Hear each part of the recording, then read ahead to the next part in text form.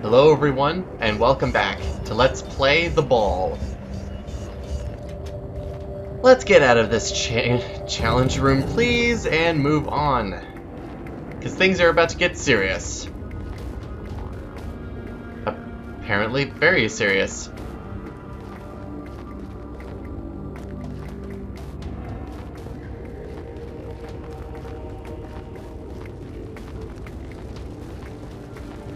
If it wasn't enough that it felt like a mini campaign, it definitely feels like one now as we're entering what could really be considered an actual level instead of just a bunch of puzzles.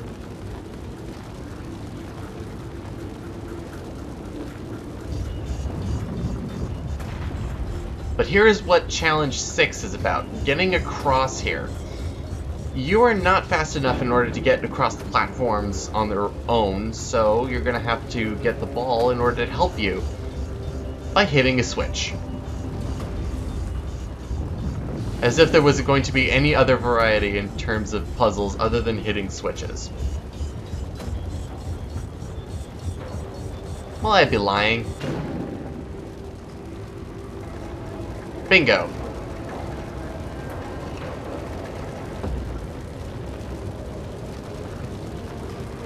Welcome everyone to the Evil Eerie Temple. And that ball is not touching that switch whatsoever. But look at that skull. Look at that scully skull. Oh, that was the challenge, by the way. You realize how startling it is with the pacing when Challenge 5 is pretty much its own little section all on its own, and then Challenge 6 can take under a minute. But you might be looking around and seeing all the cool new, or relatively new, architecture that's around here. This is brand new stuff. Because Kahwa didn't have this in its forbidden areas. Teotl, I don't think so. Or at least it does, but some new stuff.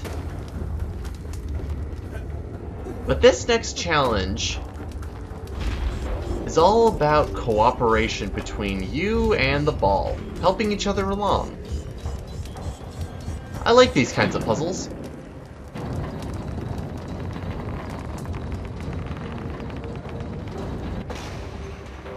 Now with that just lowers the bridge to help the ball along, but now we are able to get through as well. Through the rickety scaffolding.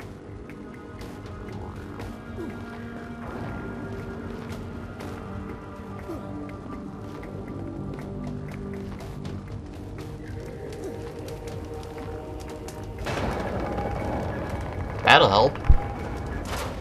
Alright, and guide the ball across the bridge. Maybe hit, there we go.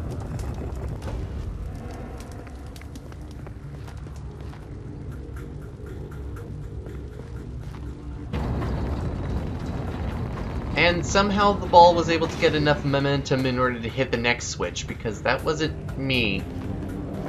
I don't think. And there we go. We're both across. We just need to get the ball to let us through.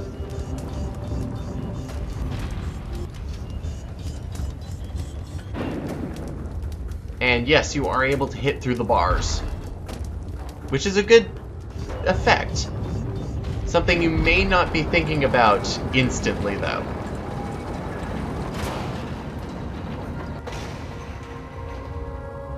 Fun little challenge, I gotta say. Like, all of them are fun. Simplistic, but fun.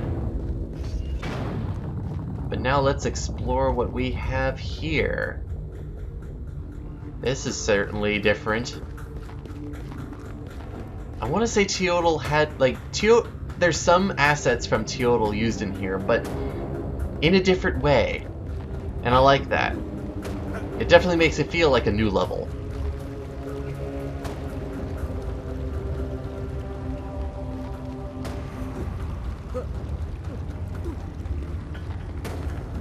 Alright. Getting us up there And the ball down there, this is going to be a couple of steps involved in here. The first step is to actually get us up onto the player switch because we're not able to get up there. But then from there, we have to be able to guide the ball down to its switch, which is why I'm changing the panels to help bounce the ball where it needs to go.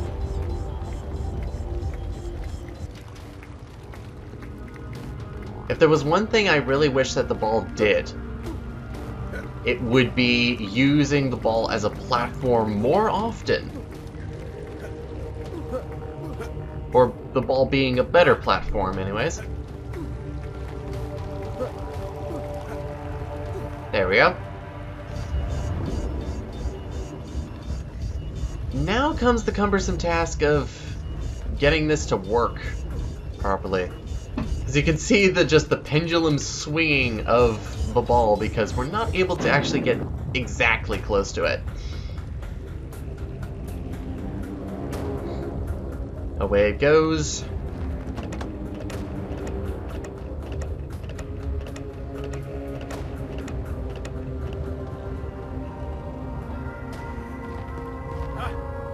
And there we go.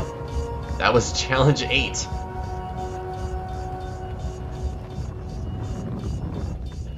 The speed that these next challenges can be done just baffles me even more because 5 just is more out of place than ever. Really, I just think they wanted to make the campaign a lot longer than it would have been without challenge 5. And this place is dang cool. If there was any other place where I would see the ancient king actually living, it'd be here. It's like a treasury.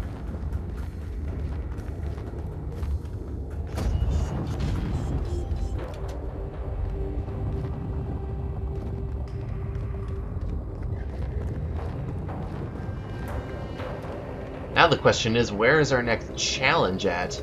Is this the challenge? Because I don't think it is. But I do question this room though, especially this switch.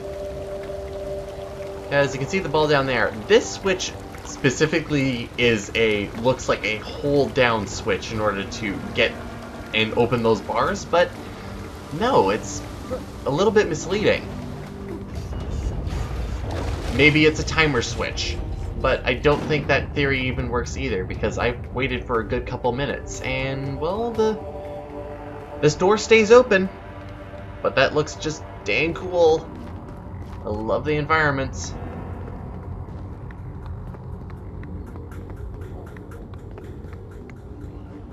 Which brings us outside. Technically, look at how close we are to the surface. And it's a different time of day, too. Well, aren't you a sight? And this is a sight, too. Outside of narration and cutscenes, we don't see these things elsewhere. Sadly, those 2 tablets do not actually say anything. So, our final challenge, what could it be? It's actually quite unique. I don't really know how it would be executed otherwise than just the showcase that is going on here, but it's an interesting take on things. It's this weird rigging up top, which is somehow going to get through this giant door with these weird skulls that look like they have puppy dog eyes. Well, this is good of a place to put the ball as any, I think, because I don't really have a general sense of where the magnet goes. But it looks like there. And this switch back here, when we're holding it down, lowers the magnet. And there we go. Picks the ball up. But now what do we do? Well, ever wanted to play ancient basketball? That's right. We play ancient basketball. Oh, that is a cool thing to do. It's a cool thing to do. But the execution in terms of the full game, I don't know how they were able to do it. But yeah, it's all about pulling the ball back and getting it in the hoop. And that is it for all 9 challenges. So, the last 4 challenges took roughly 10 minutes. Why does challenge 5 take twice as long? I will never get over that. Such a weird pacing issue. But our reward is getting through the puppy dog skull eyes. And we are let out, and that is a coffin right outside the entrance. But I get to see on top of these, though. I don't think I've seen the bird carvings before. But we've made it out. We have escaped to see the light once again. But look at what is out here.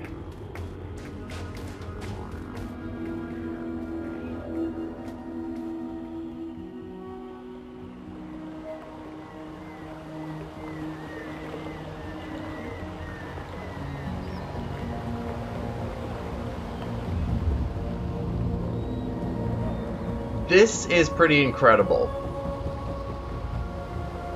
And these people definitely deserve what they show off. Because this little mini campaign is pretty great. So I tip my hat to the developers. And do we get to explore it? No. Unfortunately not. That would have been too good. But yeah, seeing an outside rendered level, that would be cool to explore. I don't know if it's ever going to happen, but now we have gone through every single one of the survival maps, except for one last special one. And that last special one is going to bring us back to using subtitles. So you won't hear from me until the very last video of this Let's Play.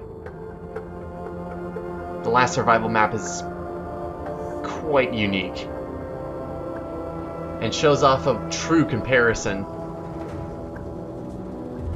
So, I will see you next time, everyone, as we do more than just challenges. It's time to do some testing. See you next time, everyone.